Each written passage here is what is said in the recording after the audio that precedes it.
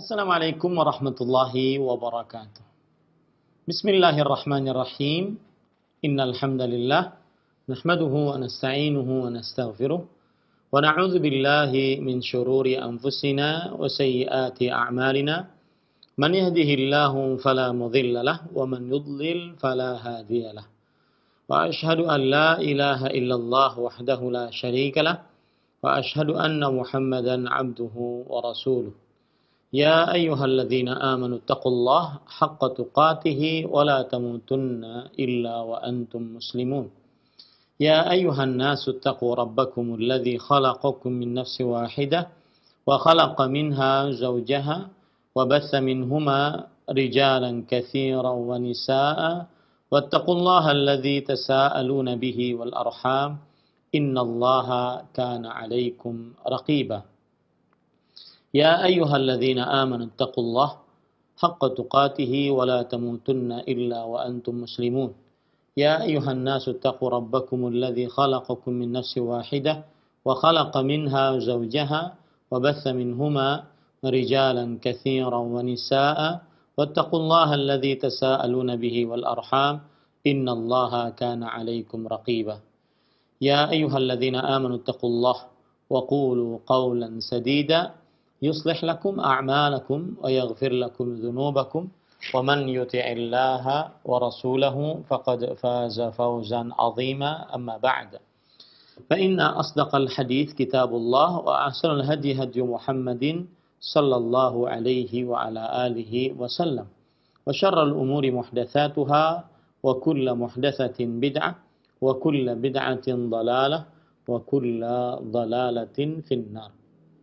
Alhamdulillah, kita bersyukur pada Allah Subhanahu wa taala pada hari ini, hari Rabu pagi 15 Zulhijjah 1441 Hijriah, kita dimudahkan oleh Allah Subhanahu wa taala untuk kembali duduk bersama di dalam kajian Islam ilmiah untuk Roja TV, Radio Roja, dan seluruh kaum muslimin yang mengikuti kajian ini. Membaca kitab Rasailu Tahumul Mar'ah Al-Muslimah, risalah penting untuk muslimah yang ditulis oleh Fadilatul Syekh Al-Allamah Abdul Razzaq bin Abdul Muhsin Al-Badr Hafizahumallahu Ta'ala. Salawat dan salam semoga selalu Allah berikan kepada Nabi kita Muhammad sallallahu alaihi wa ala alihi wasallam, pada keluarga beliau, para sahabat, serta orang-orang yang mengikuti beliau sampai hari kiamat kelak. Dengan nama-nama Allah yang husna dan sifat-sifatnya yang ulia, kita berdoa, Allahumma inna nas'aluka ilman nafi'an wa rizqan tayyiban wa amalan mutaqabbala. Allahumma anfa'na bima 'allamtana wa 'allimna ma yanfa'una wa zidna ilma. Allahumma inna na'udzubika min ilmin la yanfa' wa min qalbin la yakhsha' wa min nafsin la tashba' wa min du'ain la yusma'. Allahumma amin. Ahibati hafizakumullah, para pemirsa Roja TV, para pendengar Radio Roja, dan seluruh kaum muslimin yang mengikuti kajian ini dimanapun berada, yang saya cintai karena Allah, semoga Allah Subhanahu wa taala selalu menjaga kita. Pada kesempatan kali ini kita melanjutkan membaca kitab Risalah atau Rasail Tahumul Mar'ah Al-Muslimah, risalah penting untuk muslimah, dan kita masih di dalam risalah yang kedua. Risalah yang kedua yang diberikan judul oleh penulisnya Mau'izatun Nisa, nasihat untuk wanita. Dan pada kesempatan kali ini kita masuk kepada bab Qissatu Mra'atin min Ahlil Jannah. Kisah seorang wanita dari penghuni surga. Kisah seorang wanita dari penghuni surga. Jadi insyaallah ta'ala kita akan membaca apa yang disebutkan oleh penulis Syekh Al-Allamah Abdul Razzaq bin Abdul Muhsin Al-Badr Hafizahumallahu ta'ala tentang kisah seorang wanita yang dijamin surga oleh Rasulullah sallallahu alaihi wasallam berdasarkan wahyu dari Allah Subhanahu wa ta'ala. Baik, kita baca apa yang disebutkan oleh penulis Hafizahullahu ta'ala. Wa hadhihi qissatun ajibatun 'azimah. Ini adalah kisah yang menakjubkan dan sangat agung. Fiha ibratun wa'idhah. Di dalamnya terdapat pelajaran dan juga nasihat. Innaha qissatu imra'atin min ahli jannah. Kisahnya adalah sebuah kisah seorang wanita dari penghuni surga. Artinya wanita ini ketika hidup di dunia sudah dinyatakan sebagai penghuni surga oleh Rasulullah sallallahu alaihi wasallam berdasarkan wahyu tentunya dari Allah Subhanahu wa taala. Rawal Bukhari wa Muslim fi sahihaihima an Atha ibn Abi Rabah rahimahullahu qala li Ibnu Abbas radhiyallahu anhuma. Diriwayatkan oleh Imam Bukhari dan Imam Muslim di dalam kitab sahih mereka berdua, yaitu Sahih Bukhari, Sahih Muslim. As-sahhu kitabai ba'da al-Quran bittifaqil ulama. Dua kitab yang paling sahih setelah Al-Quran dengan kesepakatan para ulama rahimahumullah dari mulai abad ke-3 Hijriah sampai sekarang. Beliau berdua meriwayatkan dari Atha bin Abi Rabah rahimahullah, seorang tabi'in. Beliau berkata, Abdullah bin Abbas radhiyallahu anhu, seorang sahabat Rasulullah sallallahu alaihi wasallam, ahli tafsir dan juga sahabat yang muda di zaman Rasulullah sallallahu alaihi wasallam masih hidup. Abdullah bin Abbas radhiyallahu anhu berkata kepadaku yaitu berarti kepada Atha bin Abi Rabah rahimahullahu taala, ala urika imra'atan min ahli jannah. Maukah aku beritahukan engkau tentang seorang wanita dari penghuni surga? Kata Atha bin Abi Rabah rahimahullah, bala, iya tentu. Qala hadhil mar'atu sauda. Ini wanita yang berkulit hitam. Di sini terdapat pelajaran bahwa surga tidak mengenal kulit, warna kulit. Surga tidak mengenal strata pendidikan. Surga tidak mengenal strata keturunan, tingkatan sosial, tetapi surga mengenal iman dan takwa. Rasulullah sallallahu alaihi wasallam bersabda, "La tanzur, inna Allah la yanzuru ila amwalikum, wala ila aswarikum, walakin yanzuru ila qulubikum wa a'malikum." Allah tidak melihat kepada harta kalian, kepada rupa kalian. Akan tetapi Allah melihat kepada hati, yaitu iman dan amalan kalian. Itu yang menjadi standar bagi surga, iman dan amal.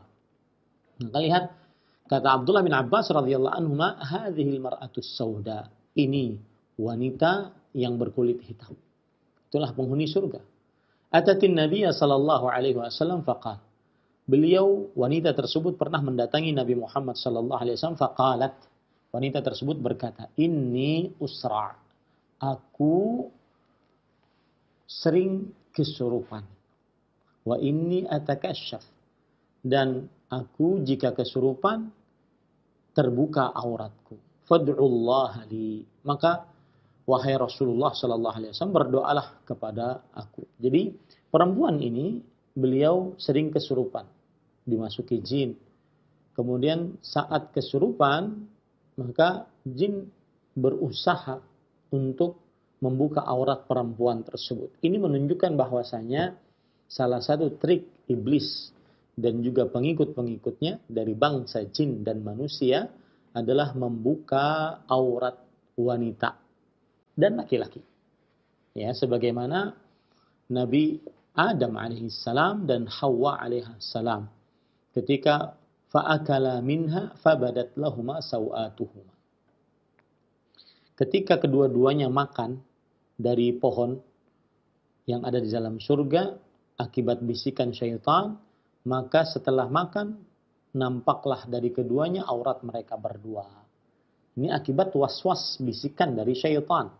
Maka saya katakan sekali lagi, salah satu target operasi iblis adalah membuat manusia, terutama perempuan, terbuka auratnya.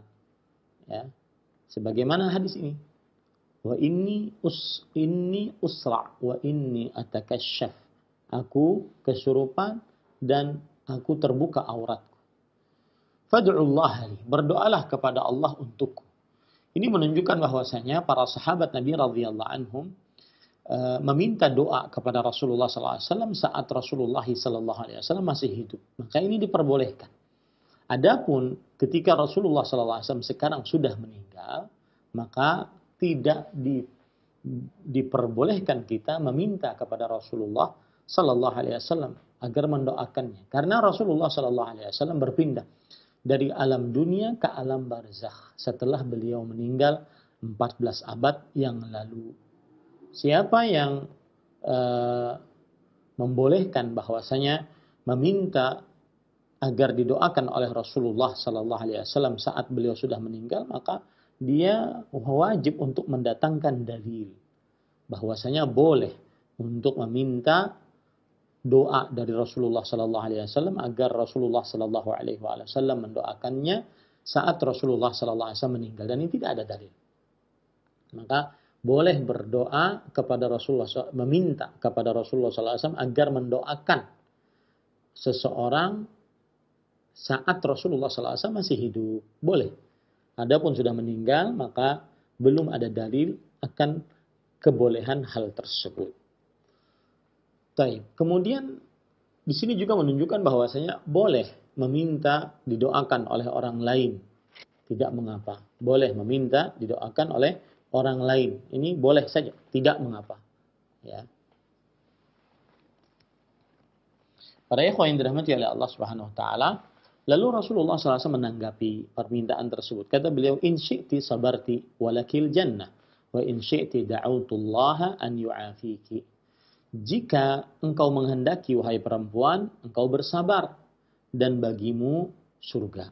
Artinya, aku tidak mendoakanmu, tapi engkau bersabar atas penyakitmu, maka bagimu surga. Tetapi jika engkau menghendaki, aku akan berdoa kepada Allah agar Allah menyembuhkanmu.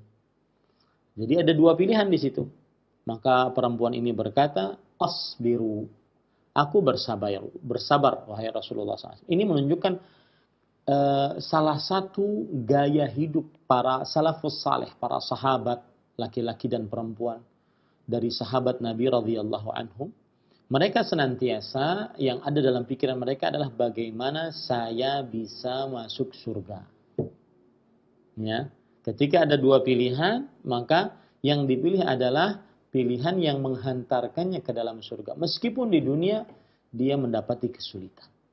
Nah, ini gaya hidup yang harus senantiasa selalu kita tiru dari para salafus saleh, para sahabat, para tabi'in, para tabi'ut tabi'in radhiyallahu anhum wa rahimahumullah. Yaitu orientasi akhirat. Rasulullah sallallahu alaihi wasallam pernah bersabda tentang hidup berorientasi akhirat. Man kanat hammuhu al-akhirah. Ada hadis yang menunjukkan akan hal itu. Man kanatil akhiratu hammahu. Barang siapa yang akhiratnya selalu ada di dalam pikirannya. Jama'allahu syamlahu wa ja'ala ghinahu fi qalbih. Allah Subhanahu wa taala akan mengumpulkan kekuatannya. Allah Subhanahu wa taala akan menguatkan usahanya. Wa ja'ala ghinahu fi qalbih. Dan Allah Subhanahu wa taala akan menjadikan rasa kecukupannya di dalam hatinya. Wa atathu dunya wa hiya raghimah. Dan datang kepadanya dunia dalam keadaan dia menolaknya. Ini indahnya orang yang senantiasa berorientasi akhirat. Dan itu yang terjadi pada siapa? Pada perempuan ini. Asbiru. Saya bersabar, wahai Rasulullah. Faqalat inni atakashaf fad'ullaha li alla atakashaf. Tetapi wahai Rasulullah, aku kalau sedang kesurupan, maka aku terbuka auratku. Berdoalah engkau kepada Allah agar aku tidak terbuka aurat. Maka Rasulullah SAW mendoakan yang itu saja. Penyakitnya enggak. Ya. Nah, para ikhwan yang dirahmati oleh Allah Subhanahu wa taala, sebelum kita baca penjelasan dari Asy-Syaikh Al-Allamah Profesor Dr. Abdul Razak bin Abdul Muhsin Al-Badr hafizahumullah, kita ingin mendudukkan permasalahan dulu, apa hukum meninggalkan berobat bagi orang yang sakit. Apa hukum meninggalkan obat bagi orang yang sakit? Artinya dia tidak berobat. Maka kita katakan terjadi khilaf di antara para ulama tentang hukum berobat. Jumhur ulama mengatakan tidak wajib. Mengatakan tidak wajib. Dan sebagian ulama berpendapat bahwa wajib jika seorang manusia takut nyawanya terancam jika tidak berobat. Jadi ada dua pendapat. Tidak wajib sama sekali berobat. Mau dia mati, mau tidak mati, tidak wajib berobat. Ya, berobat maksudnya di sini baik obat syar'i ataupun dia obat medis. Ya, obat syar'i seperti misalkan madu, habatus sauda, ajwa, ataupun medis seperti obat-obat yang lainnya. Maka jumhur ulama, kebanyakan para ulama mengatakan tidak wajib. Sebagian dari ulama mengatakan bahwa wajib jika seorang manusia takut terhadap nyawanya jika dia tidak berobat. Syekhul Islam Ibnu Taimiyah rahimahullah berkata, "Laisa biwajibin 'inda jamaahiril a'immah. Innama aujabahu ta'ifatun qalilatun min ashabi Syafi'i wa Ahmad." Yang artinya, menurut jumhur ulama, mayoritas para ulama tidak wajib. Sesungguhnya yang mewajibkannya hanya sekelompok kecil dari ulama mazhab Syafi'i dan juga Imam Ahmad. Dari ulama mazhab Syafi'i dan juga ulama mazhab Imam Ahmad rahimahullahu ta'ala. Di dalam kitab Tuhfatul Muhtaj disebutkan wa naqala 'Iyadun al-ijma' ala adami wujudih. Al-Qadhi Iyad rahimahullah, seorang ulama Islam abad ke-5 Hijriah, menukilkan bahwa bahwa ijma', kesepakatan para ulama, tidak wajib berobat. Tidak wajib berobat. Wa'turidha bi anna lana wajhan biwujubihi idza kana bihi jurhun yakhafu minhu talaf. Dan pendapat Qadhi Iyad ini dibantah, disanggah bahwasanya mazhab Asy-Syafi'i mempunyai sisi tentang kewajibannya. Jika pada diri seseorang ada sebuah luka yang dia khawatir nyawanya terancam, maka pada saat itu wajib baginya untuk berobat. Majma' al-Fiqh Islami, perkumpulan ahli fikih Islam, menguatkan pendapat wajib berobat. Idza kana tarkuhu yufdi ila talafin nafs. Apabila tidak berobat menyebabkan nyawanya terancam. Au ahadil a'dha, atau cacat pada anggota tubuhnya. Awil ajiz, atau kelemahan. Au kana al-maradu yantaqilu dararuhu ila ghairihi kal amradil mu'diyah. Atau penyakit tersebut menular kepada selainnya, tentunya dengan izin Allah, seperti penyakit-penyakit menular lainnya. Maka ini pendapat perkumpulan ahli fikih Islam, atau yang disebut dengan Majma' al-Fiqh al-Islami, bahwa wajib berobat jika meninggalkan berobat menyebabkan terancamnya nyawa, atau cacatnya anggota tubuh, atau kelemahan, atau penyakit tersebut bisa menular kepada yang lainnya. Wallahu alam, para ikhwan yang dirahmati oleh Allah Subhanahu wa taala, maka kita katakan bahwa asal hukum berobat tidak wajib, tetapi wajib apabila tadi mengancam nyawa, mengancam cacat anggota tubuh, kelemahan, ataupun berpengaruh kepada berpindahnya penyakit tersebut karena menular. Ini para ikhwan yang dirahmati oleh Allah Subhanahu wa taala. Nah, tetapi apabila tidak sampai kepada itu, maka tidak wajib. Ya, apabila tidak sampai kepada itu, maka tidak wajib. Ini kalau kita berbicara hukum berobat. Ada yang mengatakan wajib, tidak wajib sama sekali. Mau terancam nyawa, mau tidak terancam nyawa. Mau cacat, mau tidak cacat. Mau menular kepada yang lain, mau tidak menular. Tidak wajib sama sekali. Ada yang mengatakan wajib. Dan kita ambil pendapat ini wajib apabila ada mengancam nyawa, kecacatan, kemudian menular kepada yang lain, ataupun sangat lemahnya manusia. Baik, kemudian terjadi khilaf lagi di antara para ulama rahimahumullah taala. Mana yang lebih utama? Kalau tadi berbicara hukum kan? Berbicara hukum. Mana yang lebih utama? Berobat atau tidak berobat? Maka ahibati hafizakumullah, dalil-dalil tegas berdasarkan hadis-hadis Rasul sallallahu alaihi wasallam menunjukkan bahwa berobat lebih utama, dan ini adalah pendapat jumhur rahimahullah taala.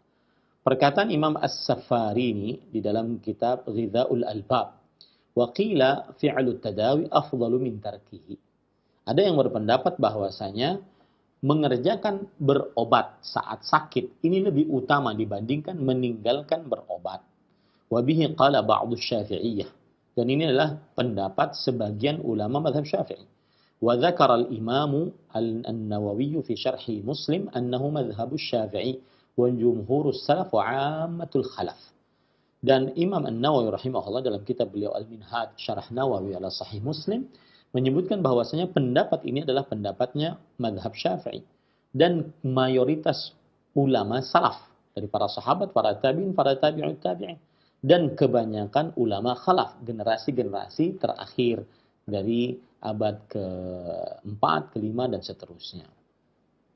Wa qata'a bihi Ibnul Jauzi min a'immatina fil Minhaj wal Qadhi wa Ibnu Aqil wa ghairihim. Bahkan ditegaskan oleh Imam Ibnul Jauzi, kemudian juga oleh Imam Al-Qadhi'iyah, kemudian Ibnu Aqil, dan selain ulama-ulama Syafi'iyah mengatakan bahwasanya lebih utama berobat dibandingkan tidak berobat.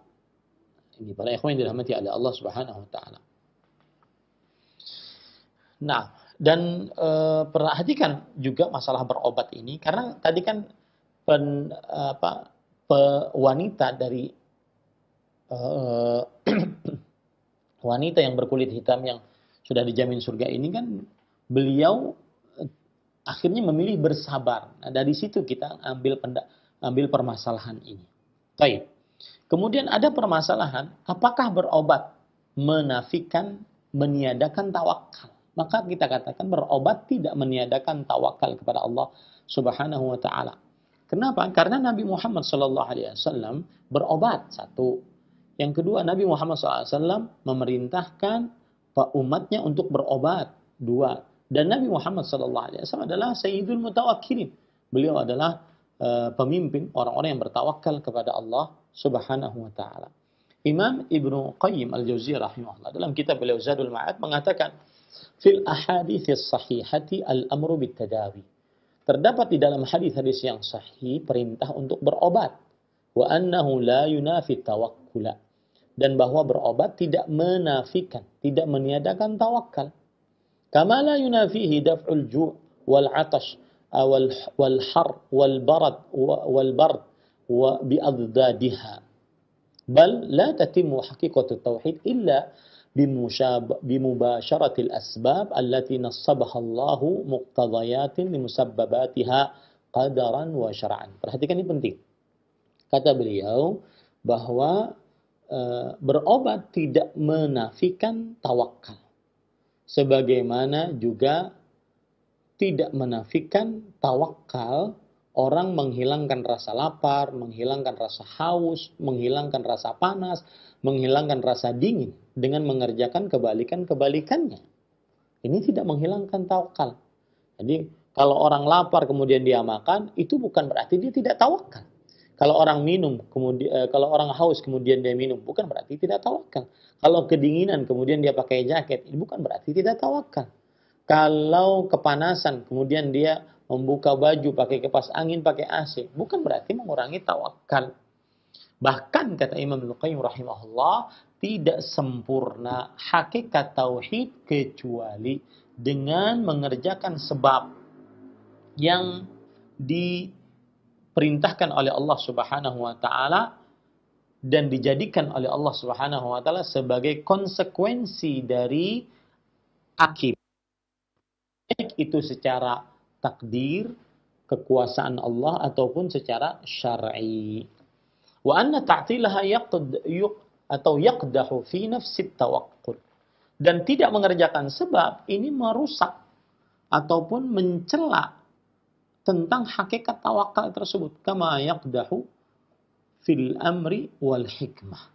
Sebagaimana juga mencela tentang perintah dan juga hikmah. Wa yud'ifuhu min haitsu yadhunnu mu'attiluha anna tarkaha aqwa fit tawakkul. Dari sisi bahwa orang yang tidak mengerjakan sebab kadang mengira bahwa dengan tidak mengerjakan sebab itu berarti lebih tawakal. Ini tidak benar. Sama seperti sekarang pandemi COVID-19. Mengatakan bahwasanya saya tidak pakai masker, ya, karena saya bertawakal kepada Allah Subhanahu wa taala. Maka ini tidak benar.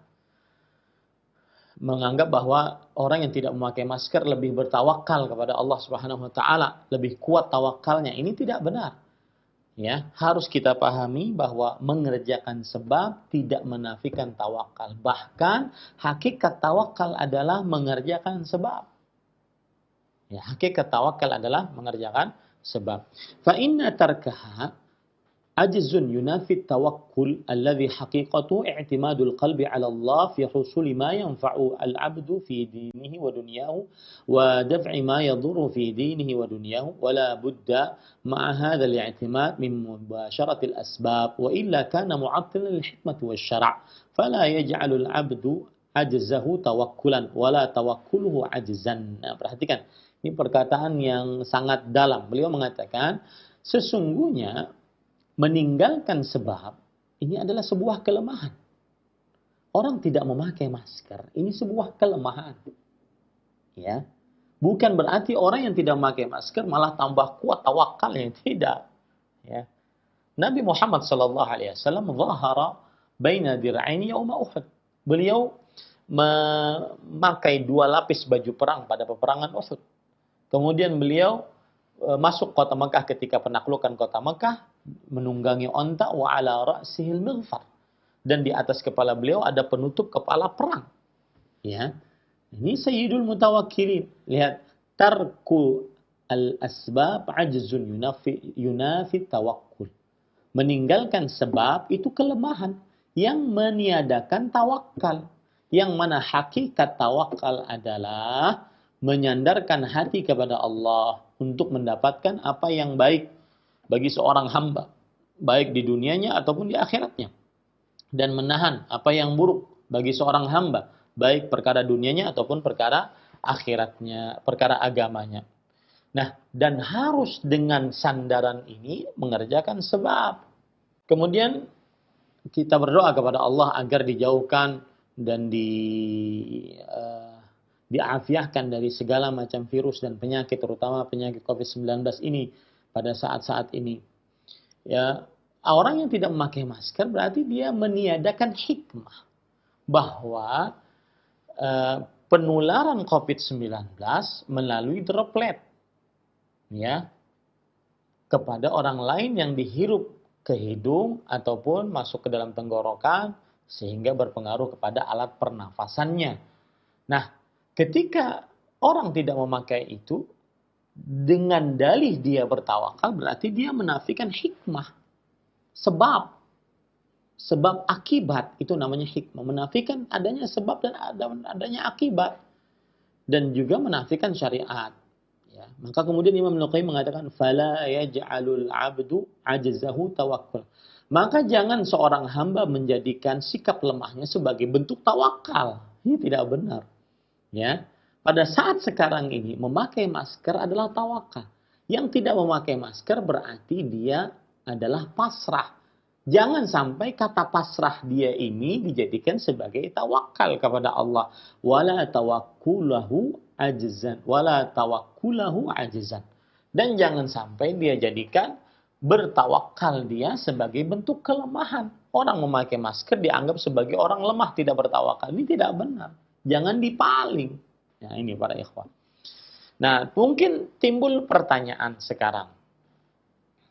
Di antaranya misalkan hadis yang diriwayatkan oleh Imam Bukhari tentang 70 orang dari umat Rasulullah SAW masuk surga tanpa hisab, tanpa azab. Sifat mereka adalah la yastarqun, tidak meminta diruqyah. Maka di dalam hadis ini ada anjuran untuk tidak meminta diruqyah oleh orang lain. Tetapi ingat, ini bukan berarti ya tidak diperbolehkan atau bertentangan dengan berobat. Bertentangan dengan berobat. Tidak minta diruqyah bukan berarti bertentangan dengan berobat. Artinya kalau orang berobat berarti sama saja dia minta bantuan kepada orang lain, tidak bertawakal kepada Allah. Maka lihat penjelasan Imam Ibn Utsaimin di dalam kitab Fatawa Nurun 'ala Darb. La yadkhulu fi dzalika man 'arada nafsahu 'ala at-tabib lid-dawa. Tidak masuk ke dalam minta diruqyah adalah seorang yang datang ke dokter untuk berobat. Ini tidak masuk. Karena Nabi Muhammad SAW tidak mengucapkan la yatadawawun. Tidak mengucapkan bahwa sifat dari 70 orang yang masuk surga tanpa hisab, tanpa azab adalah yang tidak berobat. Tidak. Tetapi beliau mengatakan la yastarqun. Tidak minta diruqyah. Ya, tidak minta diruqyah. Jadi orang tidak minta diruqyah tidak masuk ke dalam orang yang datang ke dokter untuk berobat. Ini tidak masuk ke dalam ini. Ya, kecuali kata Imam Ibn Utsaimin, illa an yu'alliqal insanu qalbahu bit-tabib. Kecuali seorang manusia bergantung hatinya kepada dokter tersebut. Wa yakunu raja'uhu wa khawfuhu minal maradi muta'alliqan bit-tabib. Maka akhirnya rasa harapnya, rasa takutnya bergantung dengan dokter tersebut. Fahadha yanqusu tawakkuluhu 'ala Allah azza wa jalla. Atau fahadha yunqisu tawakkulahu 'ala Allah azza wa jalla. Maka ini mengurangi tawakalnya kepada Allah Subhanahu wa taala. Fayanbaghi lil insan idza dhahaba ila al-atibba an ya'taqida anna hadha min babi badril asbab. Nah, ini penting. Maka setiap orang apabila pergi ke rumah sakit, ke dokter, dia meyakini dalam hatinya dia sedang mengerjakan sebab. Itu saja. Mengerjakan sebab agar sembuh. Wa annal musabbiba huwa Allah azza wa jalla subhanahu wa ta'ala wahdah. Dan bahwasanya yang menyebabkan sebab tersebut bermanfaat adalah Allah subhanahu wa ta'ala. Wa annahu huwa alladhi biyadihi syifa. Dan di tangan Allah lah kesembuhan penyakit. Hatta la yunqisu tawakkulahu. Sampai tidak mengurangi tawakalnya. Jadi seperti itu ya. Hadis tentang 70 ribu orang yang masuk surga tanpa hisab, tanpa azab. Dan di dalamnya ada sifatnya la yastarqun. Tidak minta diruqyah. Ini bukan berarti tidak boleh berobat. Orang yang datang ke dokter untuk berobat, maka dalam hatinya dia meyakini bahwa ini adalah bentuk mengerjakan sebab. Ya, dan itu tidak mengurangi tawakal. Asalkan dia tetap meyakini bahwa penyembuhnya adalah Allah. Hatinya bergantung hanya kepada Allah. Harapan, rasa takut hanya kepada Allah, bukan kepada dokter. Begitu ya. Nah, jadi sekali lagi, ahibati, hafizakumullah ta'ala, bahwa hadis yang kita baca ini menunjukkan bolehnya meninggalkan berobat ya di dalam keadaan seperti ini bagi siapa yang kuat kesabarannya, kuat tekadnya ya. Perhatikan para ikhwan yang dirahmati oleh Allah Subhanahu wa taala, penjelasan dari Al-Hafidz Ibnu Hajar terhadap hadis yang kita baca tadi. Wa fil hadithi fadlu man yusra. Di dalam hadis ini ada keutamaan siapa yang terkena penyakit sering kesurupan. Wa anna sabra ala balayad dunya yurisul jannah. Lihat, indah sekali ini. Bahwa sabar atas musibah-musibah dunia mewariskan surga. Nah, ini saya tujukan kepada yang terkonfirmasi positif COVID-19. Ingat baik-baik agar imun kita naik, agar kita lebih tenang hatinya, lebih bertawakal kepada Allah, musibah-musibah dunia mewariskan surga. Ingat kata-kata itu baik-baik. Tanamkan di dalam hati. Terus pikirkan agar kita tenang. Balayad dunya yurisul jannah. Yang artinya musibah-musibah dunia mewariskan surga. Kalau sembuh, alhamdulillah, tercatat sudah pahala kita kesabaran atas COVID-19. Kalau meninggal, maka Allah Subhanahu wa taala berarti bertakdir demikian dan juga diwariskan surga. Seperti itu, ya. Dan bagi yang sehat-sehat belum terkena, la qaddarallah, ya, jangan sampai Allah mudah-mudahan kita dijauhkan dari semua takdir buruk, maka agar senantiasa tetap menjaga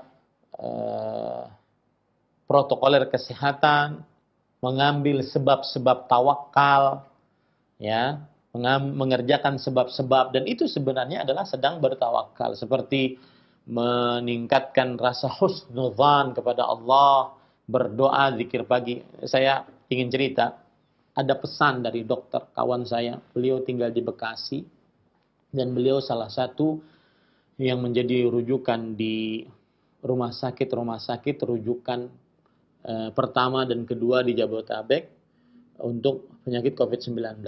Beliau sering menasihati para dokter. Alhamdulillah, mudah-mudahan dengan izin Allah Subhanahu wa taala beliau dijauhkan dari penyakit COVID-19 ini. Beliau sering menasihati para dokter. Kakak beliau adalah seorang dokter, adik juga beliau seorang dokter. Sudah dua-duanya, kakak dan adik, terpapar konfirmasi positif COVID-19. Tetapi alhamdulillah sembuh. Kemudian beliau mengatakan kepada para dokter bahwa kita ini harus bertawakal kepada Allah. Salah satu jenis tawakal di samping kita memakai peralatan-peralatan perlindungan diri, ya, untuk tenaga medis, maka kita juga jangan lupa untuk berzikir kepada Allah Subhanahu wa taala. Terutama zikir pagi, zikir sore. Saya saja yang mendengar cerita waktu itu ketika saya teleponan dengan beliau, saya saja yang mendengar waktu itu langsung tersontak. Yang mungkin ada beberapa hari kita tinggalkan, ada beberapa hari kita remehkan, maka semakin kita mendengar cerita seperti itu, kita semakin bersemangat untuk membaca zikir pagi dan zikir sore, ya.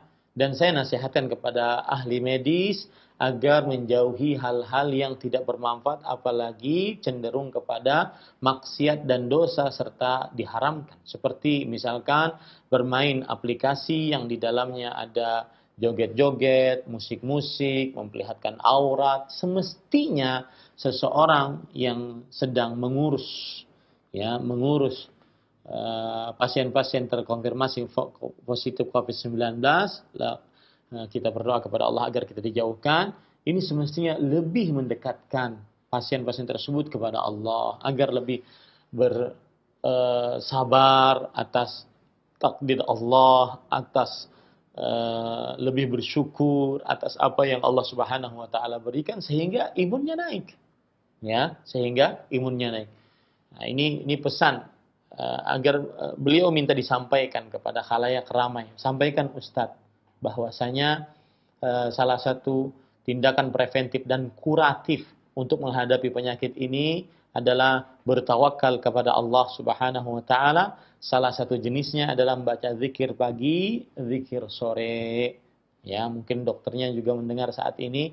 Sudah saya sampaikan Pak Dokter pesannya, ya, dan mudah-mudahan menjadi amal saleh yang diterima oleh Allah Subhanahu wa taala.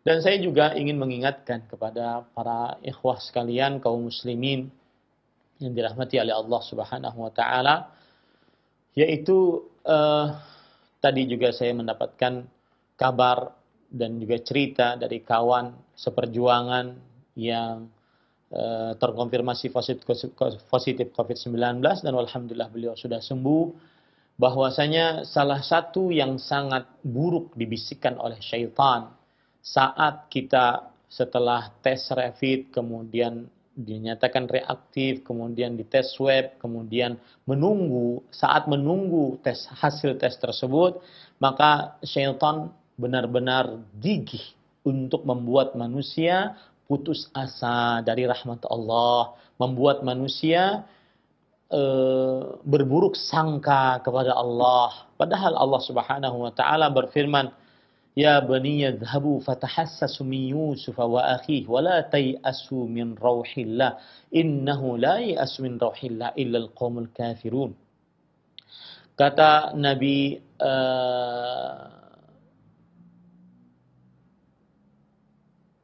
siapa bapaknya Nabi Ibrahim bin Ishaq bin Ya'qub, Nabi Ya'qub kepada anak-anaknya, "Wahai anak-anakku," yang disebut dengan al-asbat, "pergilah kalian mencari Yusuf dan saudaranya yaitu Bunyamin, dan jangan kalian putus asa. Sesungguhnya tidak ada yang berputus asa dari rahmat Allah kecuali orang-orang kafir." Maka semestinya seorang mukmin yang beriman kepada Allah, dia tidak putus asa, ya, saat dia terkonfirmasi positif COVID-19. Sekali lagi kita berdoa kepada Allah agar kita dijauhkan dari segala macam virus dan penyakit, terutama di zaman sekarang virus SARS-CoV-2 atau yang menyebabkan kepada penyakit COVID-19. Maka seorang muslim dia mempunyai iman ini, tidak boleh dia putus asa. Tidak boleh dia berputus asa dari rahmat Allah Subhanahu wa taala. Kemudian yang kedua, yaitu dia senantiasa berhusnudzan kepada Allah, berbaik sangka kepada Allah Subhanahu wa taala. Kata beliau yang bercerita, teman saya seperjuangan di Kalimantan Selatan ini, bahwa beliau mengatakan saat menunggu hasil swab tersebut benar-benar bisikan iblis mengganggu. Bagaimana nanti anak, istri, orang tua, siapa yang jaga, nanti saya bagaimana setelah meninggal, dan seterusnya. Benar-benar bisikan syaitan. Maka salah satu obatnya, ana inda dhanni abdi bi. Aku sesuai dengan sangkaan hambaku kepadaku. In dhanna bi khair fa khair, wa in dhanna bi syarran fa syarr. Jika hambaku menyangkaku baik, maka akan baik. Jika hambaku menyangkaku buruk, maka akan buruk. Falyadhunna bima syaa. Maka hendaklah dia sangkakan hambaku sekehendaknya. Maka hendaklah hambaku menyangkakan kepadaku sekehendaknya. Nah, ini ahibati hafizakumullahu ta'ala. Jadi tadi indah perkataan dari Al-Hafidh Ibnu Hajar Al-Asqalani, balayad dunya atau as-sabru ala balayid dunya yurithul jannah. Sabar atas musibah-musibah dunia mewariskan surga. Itu yang kita kembang biakkan di dalam perasaan kita, di dalam hati kita, dalam pikiran kita. As-sabru ala balayad dunya yurithul jannah.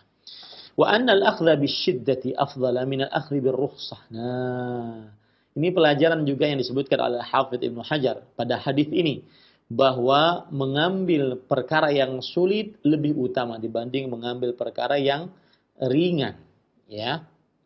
Liman alima min nafsi taqata wa lam yad'uf an iltizami syiddah. Tapi tidak semua orang, bagi siapa yang mengetahui dari dirinya dia kuat dan tidak lemah untuk senantiasa selalu sabar saat sulit. Nah, boleh saja ini.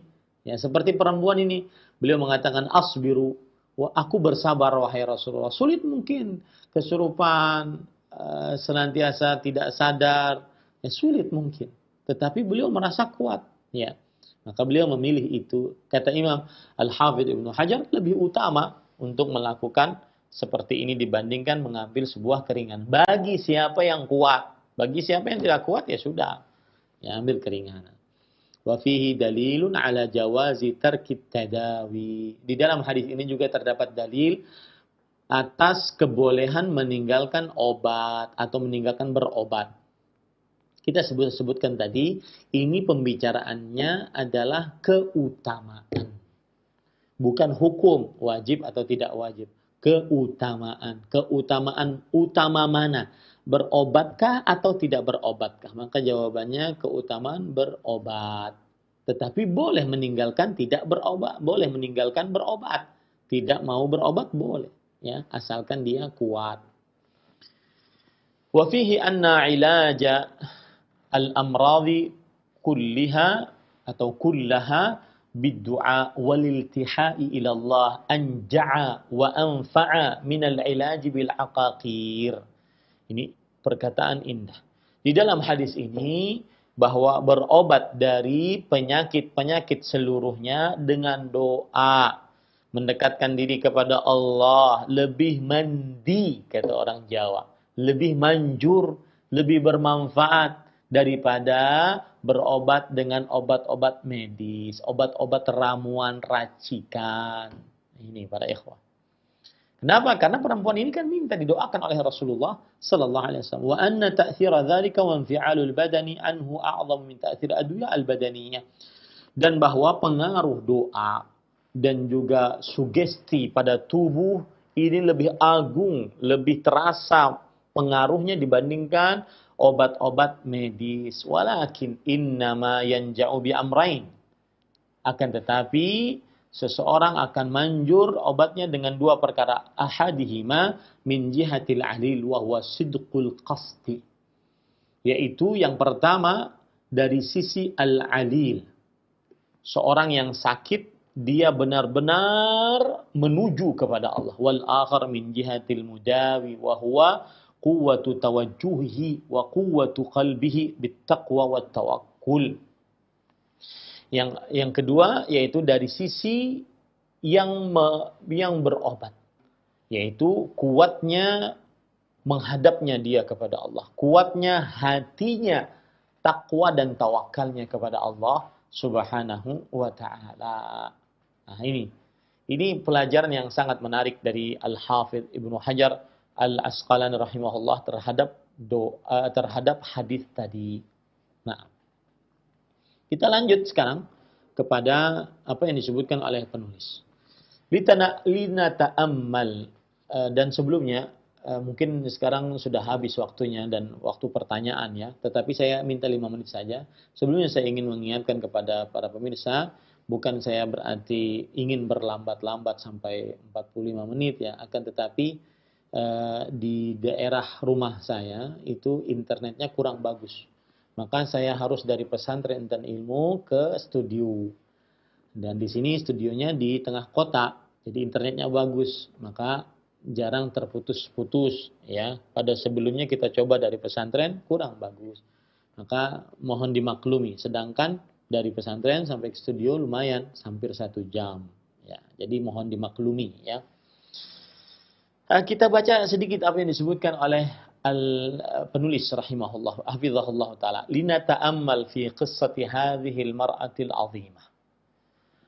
Mari kita perhatikan tentang kisah wanita yang agung ini. Fa hadhil mar'ah ma'aha imanun wa sidqun wa naqa'un wa safa' wa dinun wa haya. Maka perempuan ini mempunyai iman, kejujuran, kesucian, kebersihan, agama, sifat malu. Wa biha hadhihi syiddah wal bala, dan dia mempunyai penyakit, ala wa huwa ma asabaha min sar' fa kana yuarriquha wa yuqalqiluha. Maka yang beliau dapati adalah yaitu berupa as-sar'. Sar' ini kadang kesurupan Kadang ini menyulitkan beliau. Yu'ziha wa yadjuruha, menyakiti beliau dan membuat beliau tidak tenang.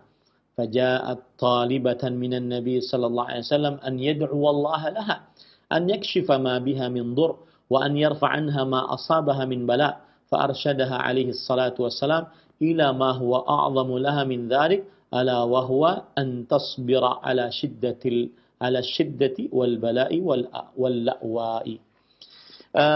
Ini yang beliau akhirnya datang kepada Nabi Muhammad SAW meminta agar Nabi Muhammad SAW mendoakan beliau kepada Allah Subhanahu wa taala untuk menghilangkan apa yang beliau rasakan dari penyakit, mengangkat apa yang beliau rasakan dari penyakit. Maka Nabi Muhammad SAW memberikan petunjuk kepada apa yang lebih agung dari permintaannya, yaitu bersabar atas kesulitan, bala dan juga musibah.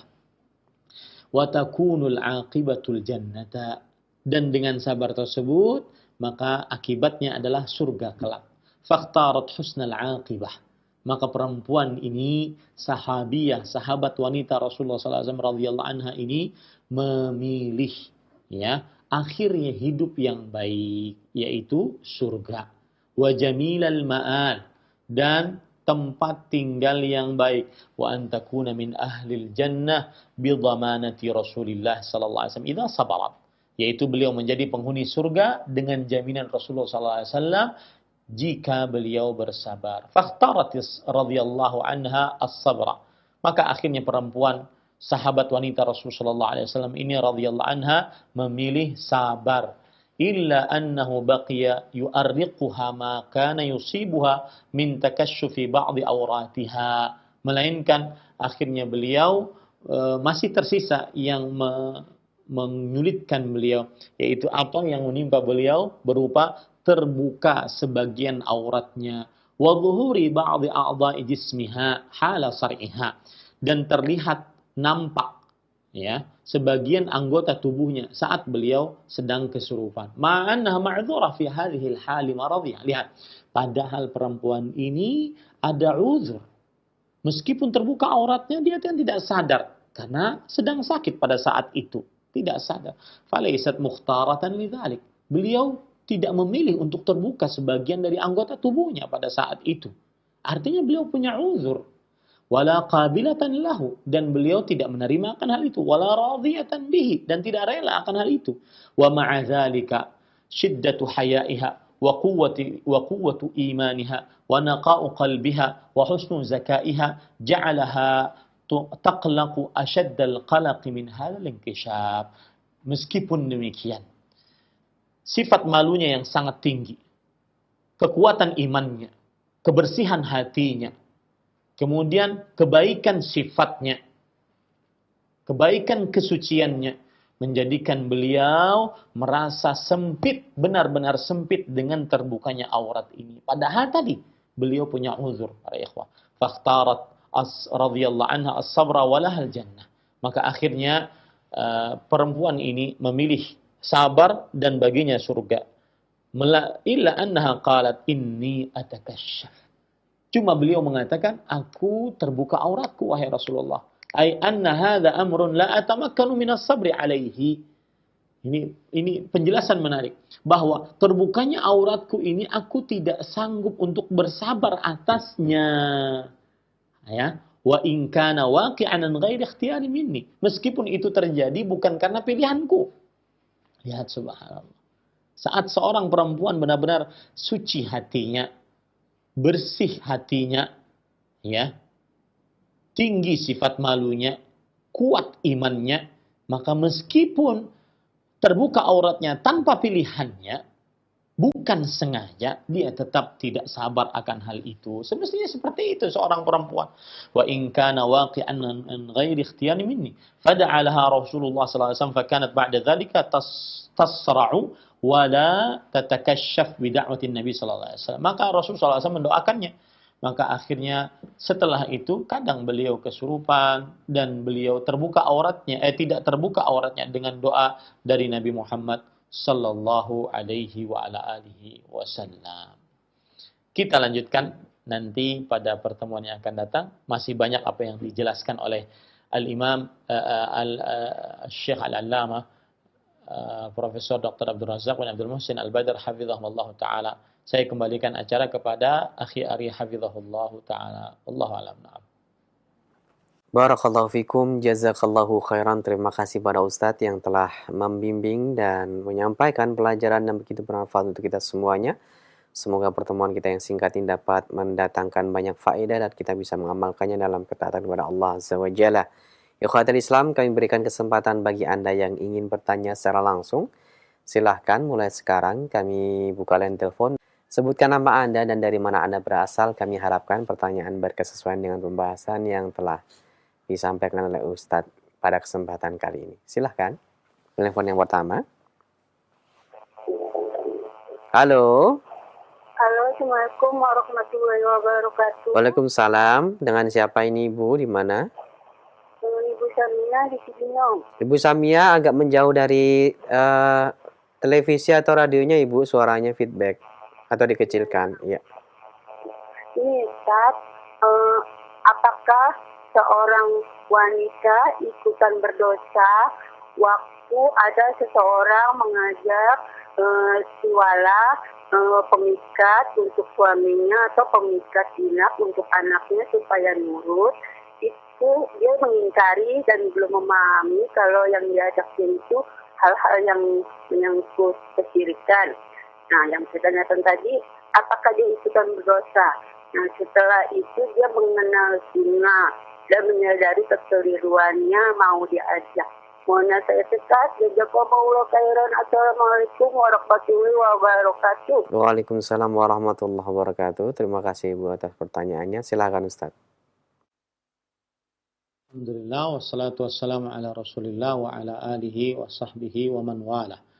Ada hadis Rasul sallallahu alaihi wasallam yang berbunyi tentang pengasih, man ta'allaqa wada'atan fala atammallahu lah. Barang siapa yang menggantungkan wada'ah. Wada'ah itu artinya adalah pengasih. Ya, maka Allah tidak akan sempurnakan urusannya. Man ta'allaqa tamimatan fala atammallahu lah. Barang siapa yang menggantungkan jimat, maka Allah tidak akan man ta'allaqa wada'atan fala wada'allahu lah. Barang siapa yang menggantungkan pengasih, maka Allah tidak akan buat hatinya tenang.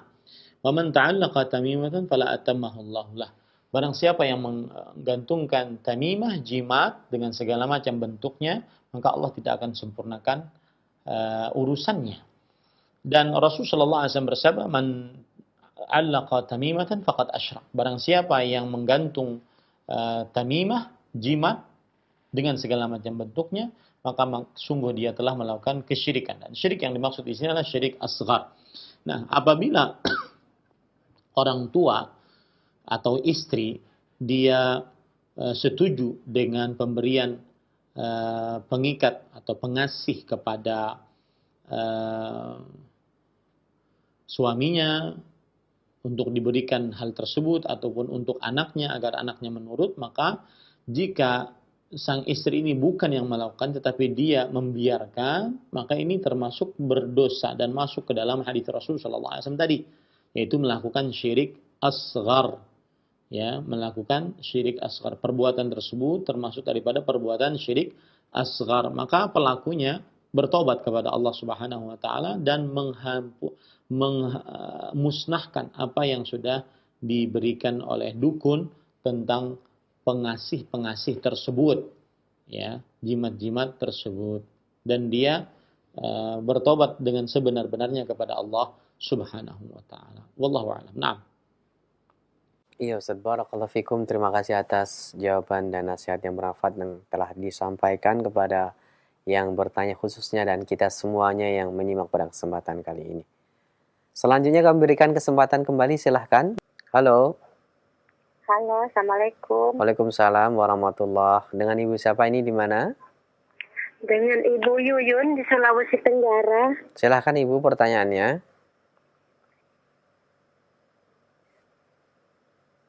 Begini Ustadz, saya ini punya anak angkat. Ya. Ya, agama Nasrani, Ustaz. Kemarin waktu hari Senin saya Islamkan. Ya. Terus bagaimana selanjutnya Ustaz? Apakah dimandikan atau apakah harus dihakikah atau bagaimana Ustaz? Mohon petunjuknya. Anak angkat ya Bu ya ini ya.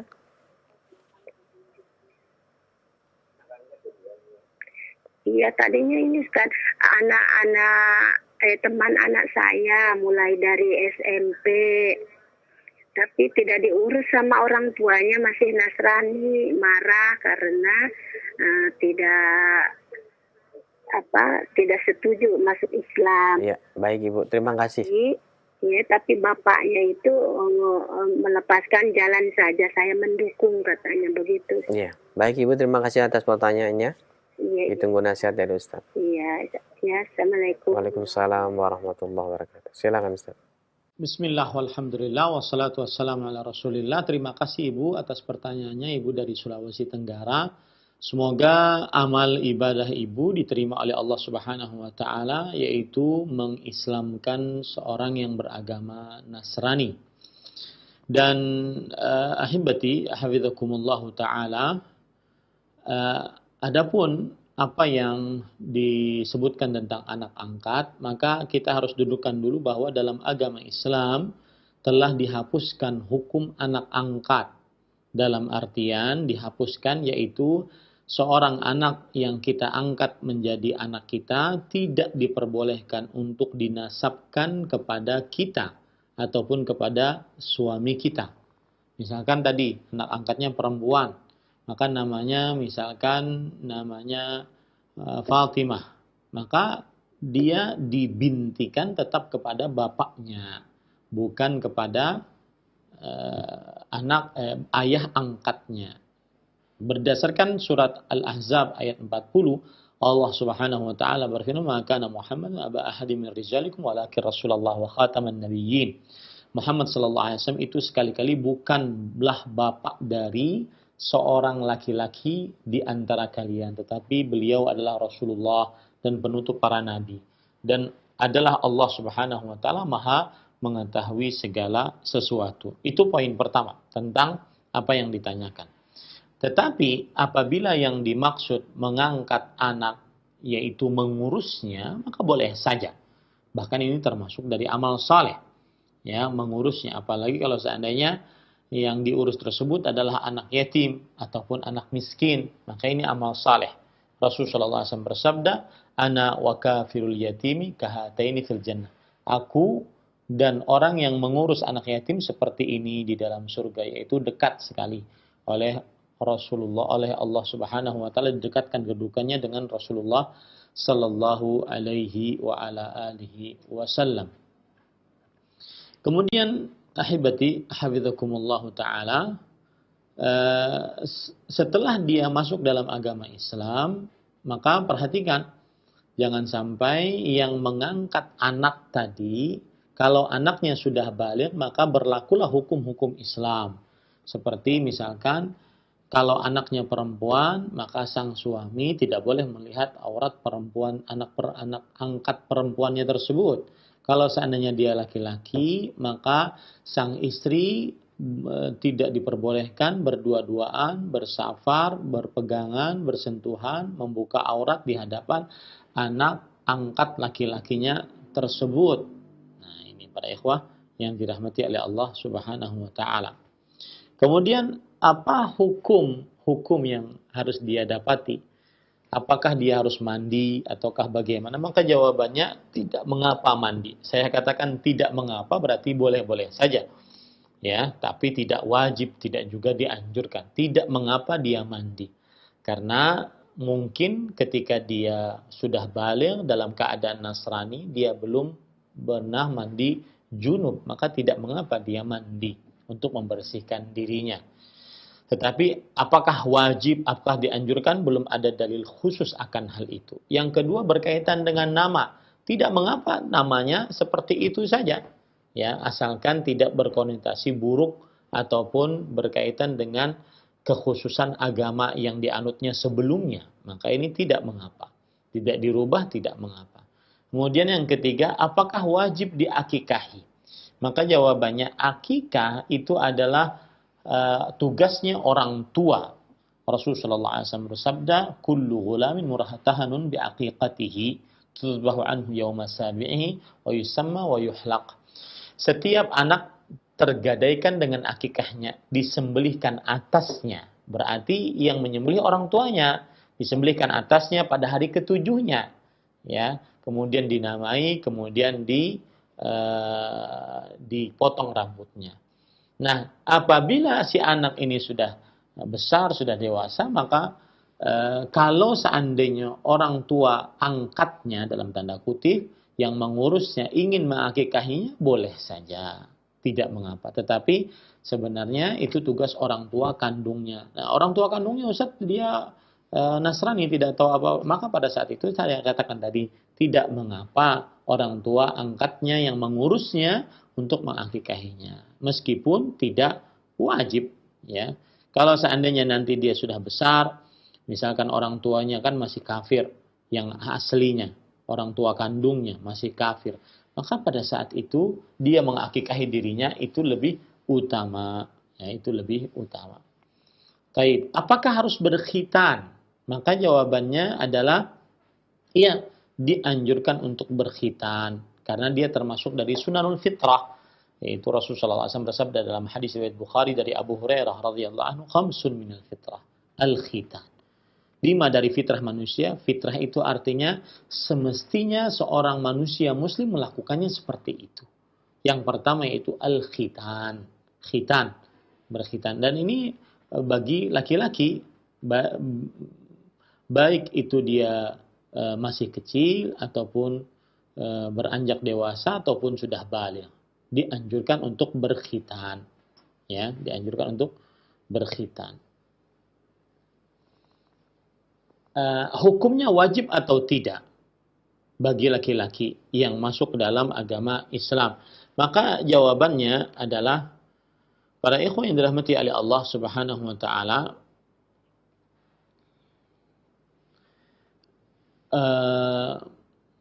bagi siapa yang berkhitan, bagi siapa laki-laki yang masuk dalam agama Islam untuk berkhitan, maka boleh saja seorang laki-laki yang sudah dewasa, sudah balik untuk berkhitan. Kenapa demikian? Karena disebutkan dalam hadis riwayat Bukhari dan Muslim, ikhtatana Ibrahim alaihissalam wa huwa ibnu 80 sana. Nabi Ibrahim alaihissalam berkhitan ketika berumur 80 tahun. Ya. Para imam berbeda pendapat tentang hukum berkhitan. Ya. Imam Ahmad, Imam Asy-Syafi'i, Imam Malik mengatakan wajib. Bahkan Imam Malik dalam hal ini sangat keras. Sampai beliau mengatakan, man lam yakhtatin lam tajuz imamatuhu wa lam tuqbal syahadatuhu. Siapa yang tidak berkhitan, maka tidak boleh dia jadi imam salat dan tidak diterima persaksiannya atau syahadatnya. Dan sebagian atau kebanyakan dari ahli fikih, mereka mengatakan bahwa khitan adalah sunnah. Ya, khitan adalah sunnah. Seperti mazhab Abu Hanifah, kemudian Al-Hasan Al-Basri rahimahullahu ta'ala. Khitan adalah sunnah. Nah, para ikhwan yang dirahmati oleh Allah Subhanahu wa ta'ala, yang jelas terjadi khilaf di antara para ulama tentang akan hal ini.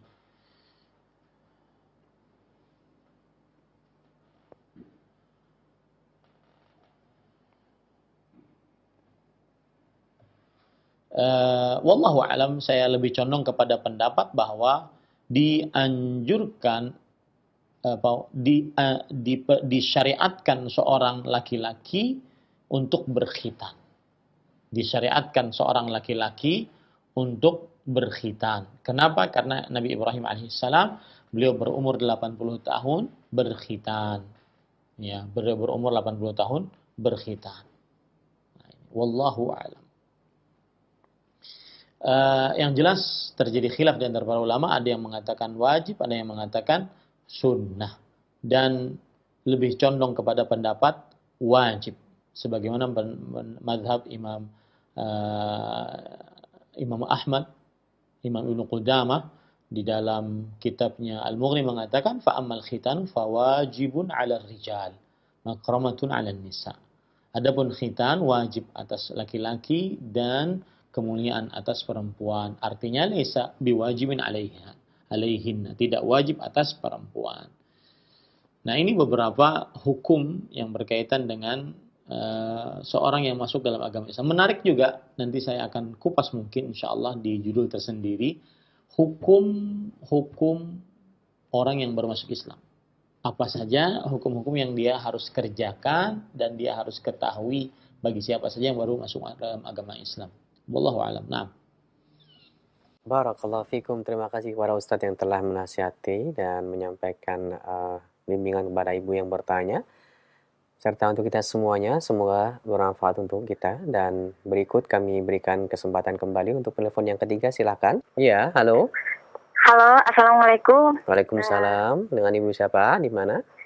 Dengan hamba Allah di Fakfat. Ya, silakan. Begini Pak Ustadz, saya mau bertanya, saya seorang istri, kami punya usaha kecil-kecilan di rumah Pak Ustadz. Yang kendalanya ini Pak Ustadz, ketika belanja ke pasar, ketika mau beli barang untuk kios, biasanya kan saya Pak Ustadz ya, tapi semenjak saya dengar bahwa hukum kholwat, saya tidak amalkan lagi, maksudnya saya ikuti perintah Allah begitu Pak Ustadz. Selanjutnya suami saya yang selalu belanja, tapi suami mengeluh Pak Ustadz di saya, katanya dia dianggap sebagai budak. Tapi kalau saya mau pergi belanja Pak Ustadz, di sini kita tidak sembarang naik angkutan umum, ongkos angkutan dengan ojek itu Pak Ustadz sama, baru tidak ada ojek perempuan. Jadi kalau naik angkutan umum itu dipastikan itu berkholwat Pak Ustadz, apalagi harus naik ojek. Bagaimana ya Pak Ustadz ya? Terima kasih Pak Ustadz. Assalamualaikum warahmatullahi wabarakatuh. Waalaikumsalam warahmatullahi wabarakatuh. Silakan Ustadz. Bismillah, alhamdulillah, wassalatu wassalamu ala rasulillah. Maka jawabannya, kita harus meyakini dulu dalam hati kita seyakin-yakinnya bahwa man yattaqillah yaj'al lahu makhraja. Siapa yang bertakwa kepada Allah, maka Allah Subhanahu wa taala akan menjadikan jalan keluar untuknya. Adapun seorang perempuan keluar rumah untuk berbelanja, maka jawabannya dia tidak tercela asalkan dengan berbagai macam syarat. Yang pertama, dia harus berhijab syar'i. Yang kedua, sangat keperluan untuk keluar tersebut. Yang ketiga, kalau seandainya dia keluar rumah, maka pada saat itu dia lebih baik, bukan wajib ya, lebih baik ditemani oleh suaminya, minimal untuk mengangkat barangnya, untuk menolongnya, untuk menemaninya di jalan dan semisalnya. Maka saya nasihatkan kepada ibu yang berbelanja dan juga kepada suami dari ibu ini, maka saling tolong menolonglah di dalam keperluan belanja untuk berdagang. Kadang suami yang berbelanja, kadang kalau seandainya istri yang mau ikut maka suaminya mengantarkannya. Apabila suaminya mengantarkannya, apa yang disebutkan tadi, seperti misalkan di dalam angkot dia berikhtilat, kemudian tidak ada ojek kecuali laki-laki, maka itu bisa teratasi karena ada suaminya.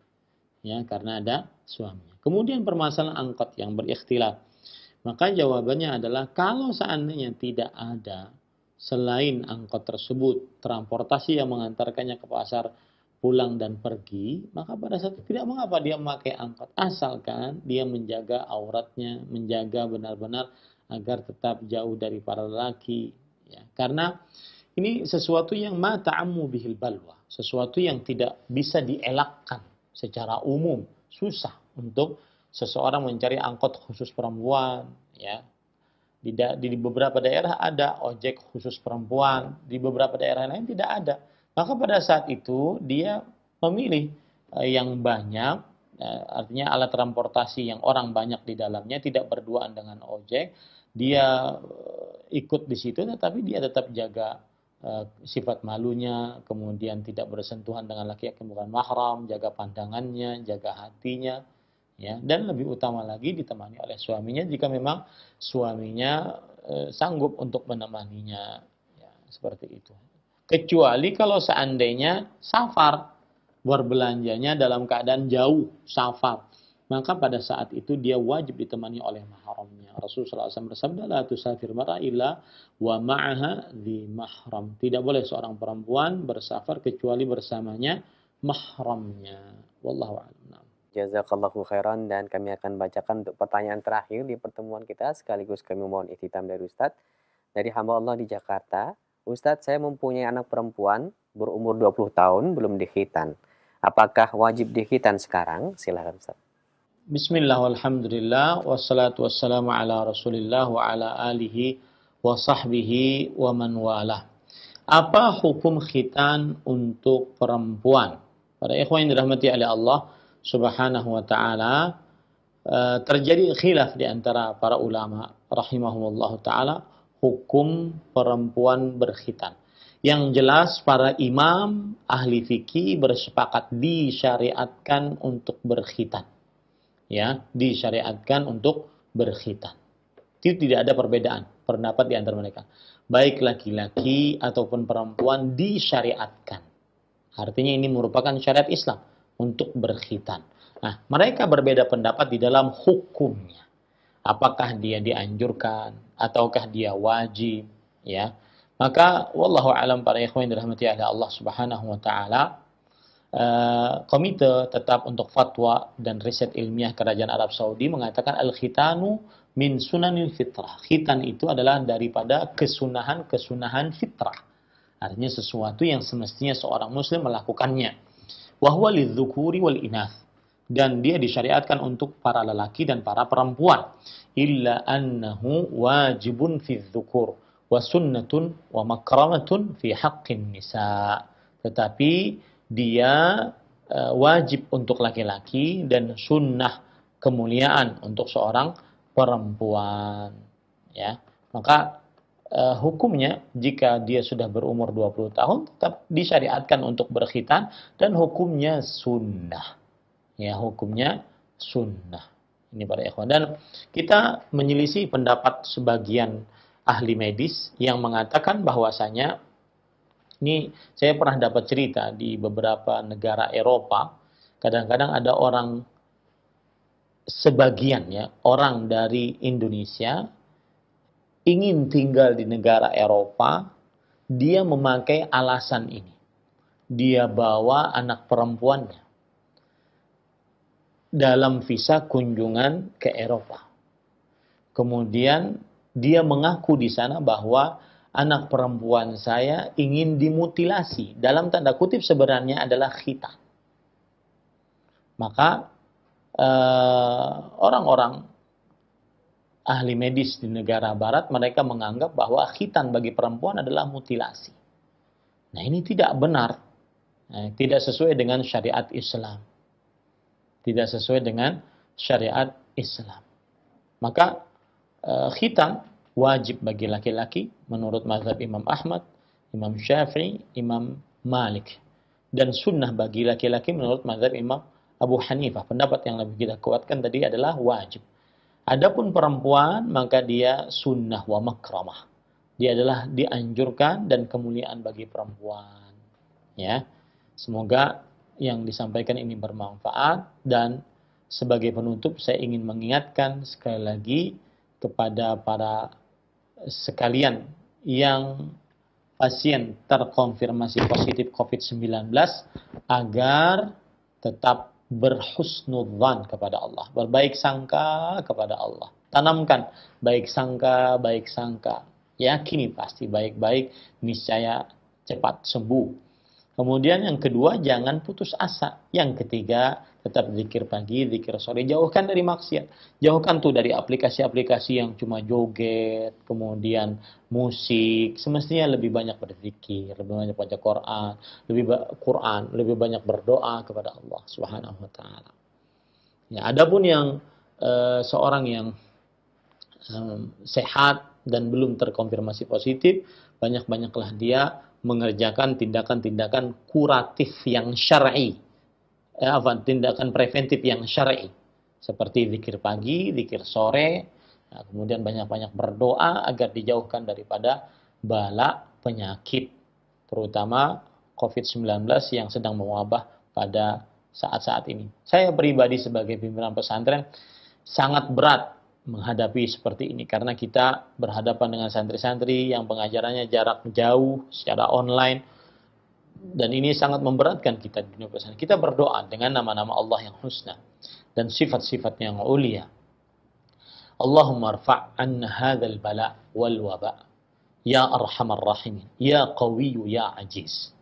Allahumma rfa' anna hadzal bala wal waba ya arhamar rahimin ya qawiyyu ya aziz ya syafi anta syafi la shifa illa shifa'uk shifaan la yughadiru saqaman wala alama. Allahumma rabban nas mudhhibil ba's ishfi anta syafi la shifa illa shifa'uk shifaan la yughadiru saqaman wala alama. Sallallahu nabiyana Muhammad walhamdulillahi rabbil alamin. Wassalamualaikum warahmatullahi wabarakatuh.